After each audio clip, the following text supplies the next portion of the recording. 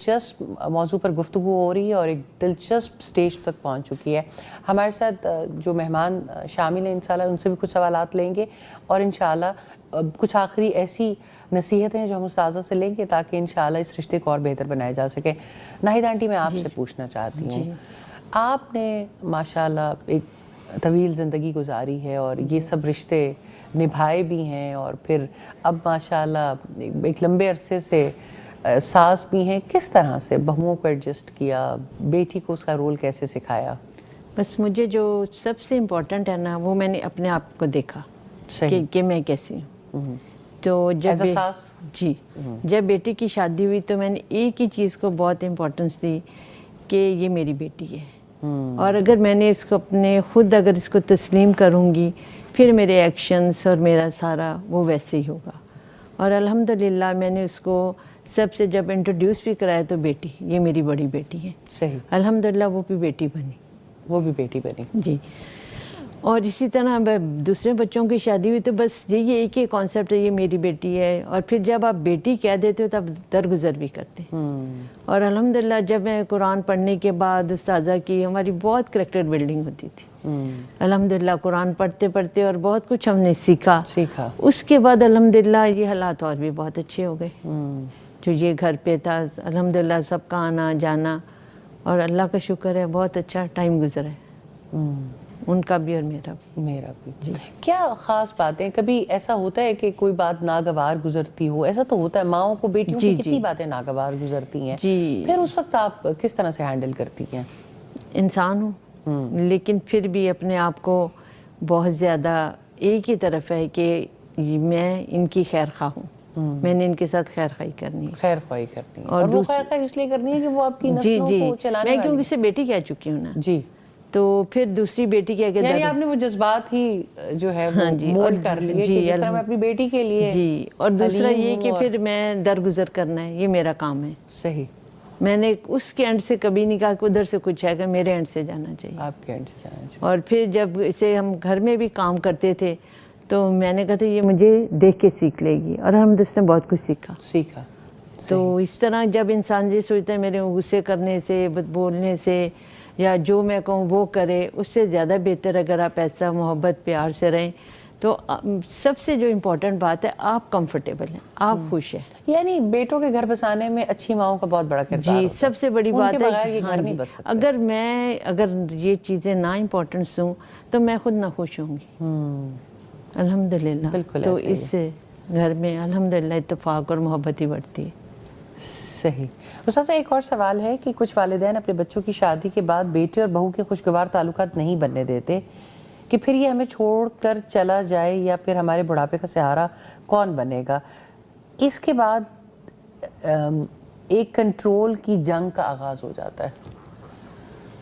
اس بڑا انفارچونیٹ ہے. جی, اور ایسا ہے کیونکہ ہمارے یہاں مشترکہ خاندانی نظام اور ایسا نظام رائج ہے جس کو عین شریعت کے مطابق سمجھا جاتا ہے, لیکن معذرت کے ساتھ کہ اس میں چونکہ بیٹے بہو کو سپیس نہیں ملتی. اور میں سمجھتی ہوں کہ دوسری طرف ساس اور سسر کو بھی اور نندوں اور دیوروں جیٹھوں کو بھی سپیس نہیں ملتی. انسانی زندگی ہے نا, ہر ایک کو اپنی آزادی چاہیے. کچھ ایسا موقع ضرور چاہیے جس میں وہ اپنی اللہ سبحانہ تعالیٰ کی مرضی کے مطابق لیکن جو وہ چاہتا ہے اس طرح سے زندگی بسر کر سکے. تو جب لوگ اکٹھے رہتے ہیں بہت زیادہ ہر وقت کوئی سامنے ہوتا ہے تو ٹکراؤ بہت ہوتا ہے, اور لوگوں کے پاس فری ٹائم بہت زیادہ ہے. تو مجھے یہ ایسا لگتا ہے کہ جیسے ساری کوشش بس ایک ہی خاندان پر کرنے کے لیے جب یہ کام کیے جاتے ہیں تو انسیکیورٹیز زیادہ ہو جاتی ہیں, کیونکہ پھر توقعات بڑھ جاتی ہیں جس کی وجہ سے یہ معاملات ہوتے ہیں. تو بڑھاپے کا سہارا پتہ نہیں کسی نے بوڑھے ہونا بھی نہیں ہے یا نہیں, بڑھاپے سے پہلے ہی چلے جانا ہے. تو بڑھاپے کا سہارا اگر کسی نے بنانا ہے تو وہ اللہ سبحانہ تعالیٰ. اور اپنی تربیت پہ ٹرسٹ کریں کہ اگر آپ نے تربیت کی ہے, اپنے بیٹے کی بھی اتنی تربیت کی ہے تو وہ سٹینڈ کرے گا. اصل میں تربیت کی نہیں ہوتی, پھر گھبراتے ہیں اس وقت پہ کہ گیا ہاتھ سے.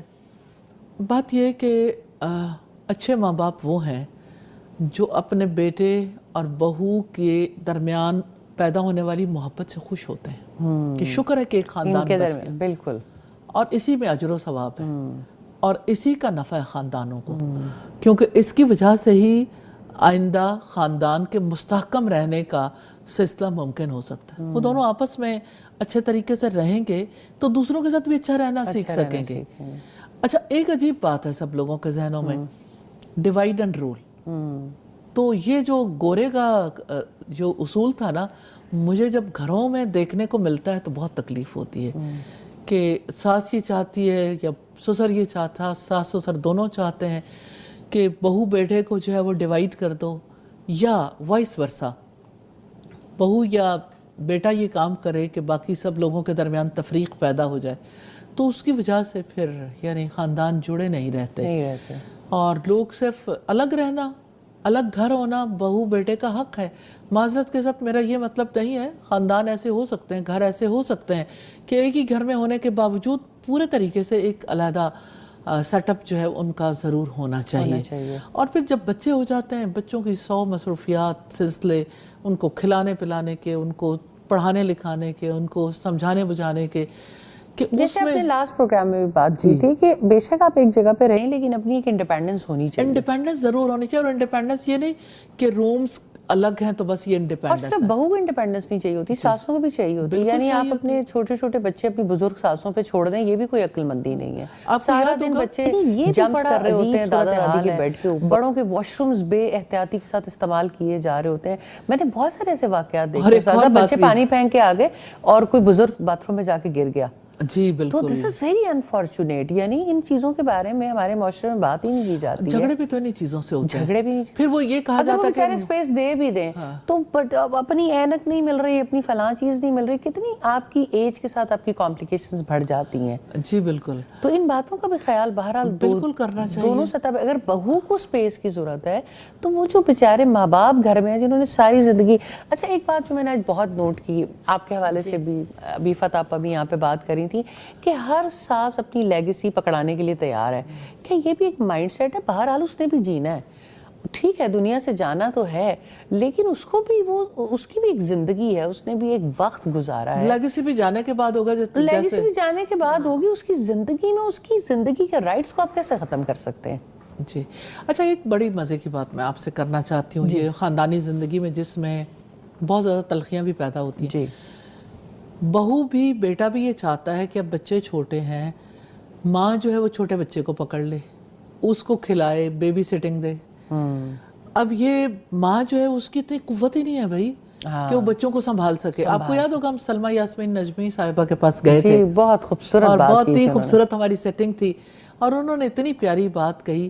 میں نے ان سے سوال کیا تھا بہوؤں کے ساتھ تعلقات کے بارے میں، پوتوں کے بارے میں، تو انہوں نے کہا تھا کہ میں نے اپنی بہو سے کہا تھا کہ دیکھو بیٹا، اگر اللہ سبحانہ تعالیٰ نے مجھے اس عمر میں بچے دینے ہوتے تو وہ مجھے خود دے دیتا، تو جب اس نے مجھے بچے نہیں دیے تو مجھے یعنی آپ بھی مجھ پر یہ ذمہ داری نہ ڈالو۔ نہیں ہے کہ اس طرح سے، تو یہ بھی ایک پہلو ہے لائف کا کہ اس میں ایک مائنڈ سیٹ ہے۔ بیٹا بہو چاہتے ہیں کہ اب جیسے ہماری ماں نے ہماری پرورش کی، تربیت کی، اب وہ یہاں پر بھی اسی طرح رول پلے کریں۔ تربیت تو ہو سکتی ہے لیکن تربیت میں بھی یعنی بیٹے اور بہو دونوں کا ساتھ چاہیے، اور یہ ہے کہ پرورش کی ذمہ داری ان پر نہ ڈالیں، ان کو واقعی اسپیس چاہیے، اور ان کو بھی ان کی نیڈز، ان کی ضروریات، ان کے معاملات اس حوالے سے بھی ضرور دیکھنا چاہیے۔ استاد صاحب بالکل آخری 5-6 منٹ رہ گئے ہیں لیکن اب سوالات اتنے زیادہ آ رہے ہیں۔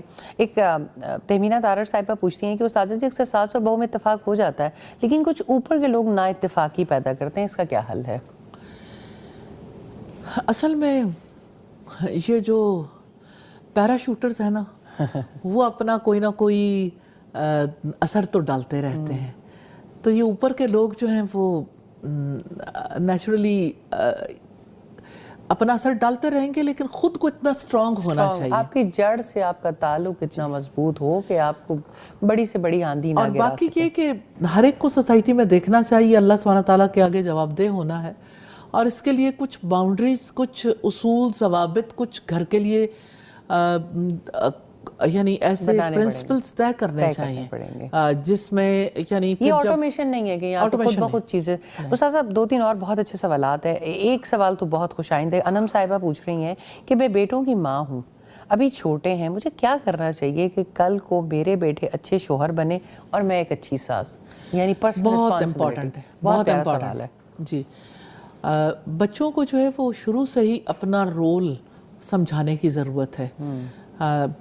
یعنی بحیثیت بیٹے کے رول سم ٹائمز ماں سکھا دیتی ہے, باپ سکھا دیتا ہے.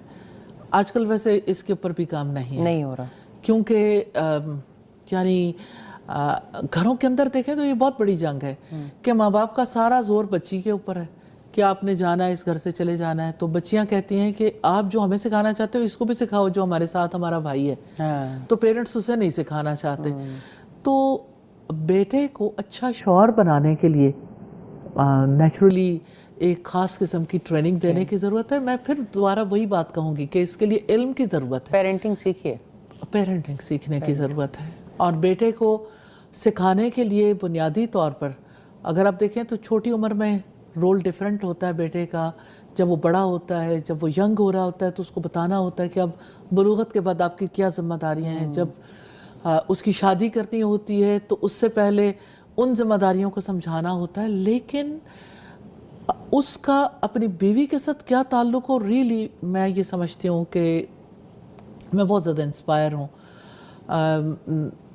میری بیٹی کے جو سسر ہیں وہ اپنے بچوں کی جس طرح تربیت کرتے ہیں, اگرچہ دونوں میاں بیوی اس بارے میں بڑا اہم کردار ادا کرتے ہیں, لیکن میں نے انہیں دیکھا ہے کہ جس طرح سے انہوں نے اپنے بیٹے کو اس مقصد کے لیے تیار کیا جتنے عرصے سے کہ آپ جب ایک لڑکی کو لے کے آ رہے ہو تو کس طرح سے آپ نے اس کی ذمہ داریوں کو سنبھالنا ہے, کس طرح اس کے کیا رائٹس ہیں. جی بالکل, یعنی بہو کے یا اس کی جو بیوی ہے اس کے رائٹس سمجھانا, اور پھر یہ کہ آپ کا کام اس کو سپورٹ دینا ہے, فائنینشلی اس کو جو ہے وہ آزادی دینی. مجھے اتنی حیرت ہوئی, میری بیٹی اس دفعہ مجھے بتا رہی تھی کہ میری مدر ان لا نے میرے شوہر سے کہا کہ آپ یعنی اریج کے لیے کیا کرتے ہو.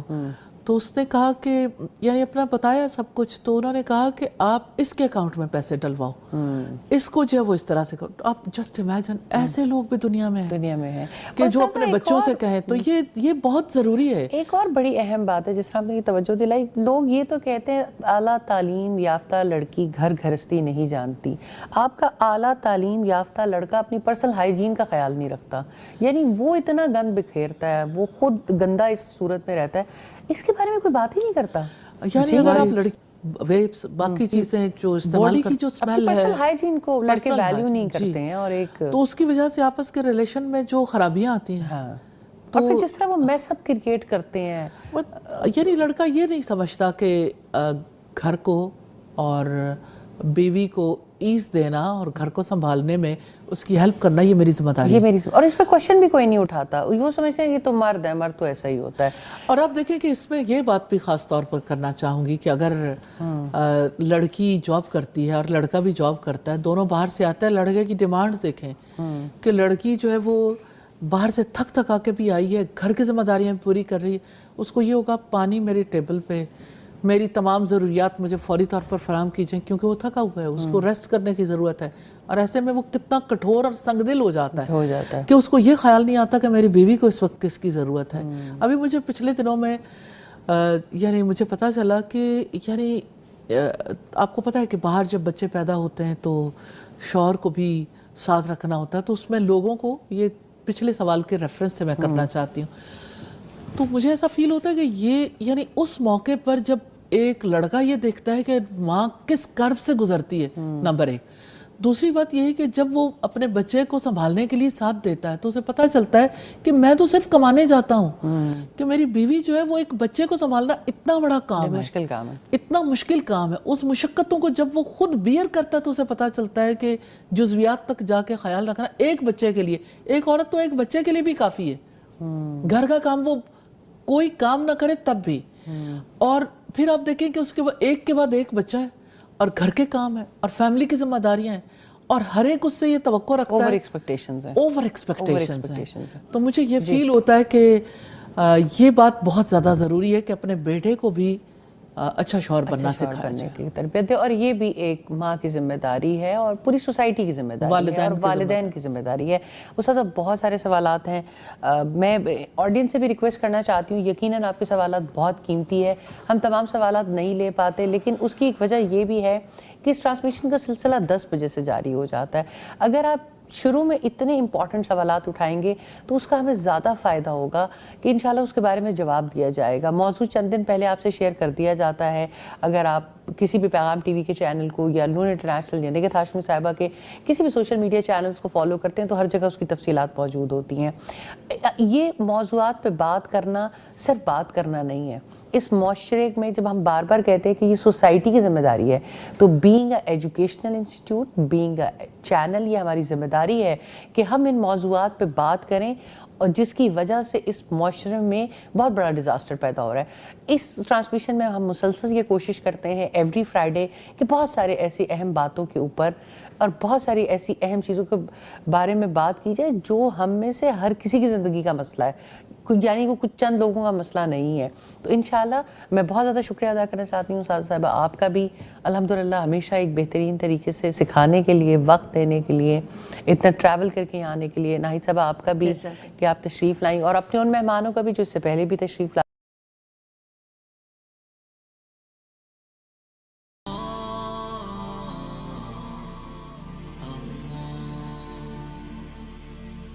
Allah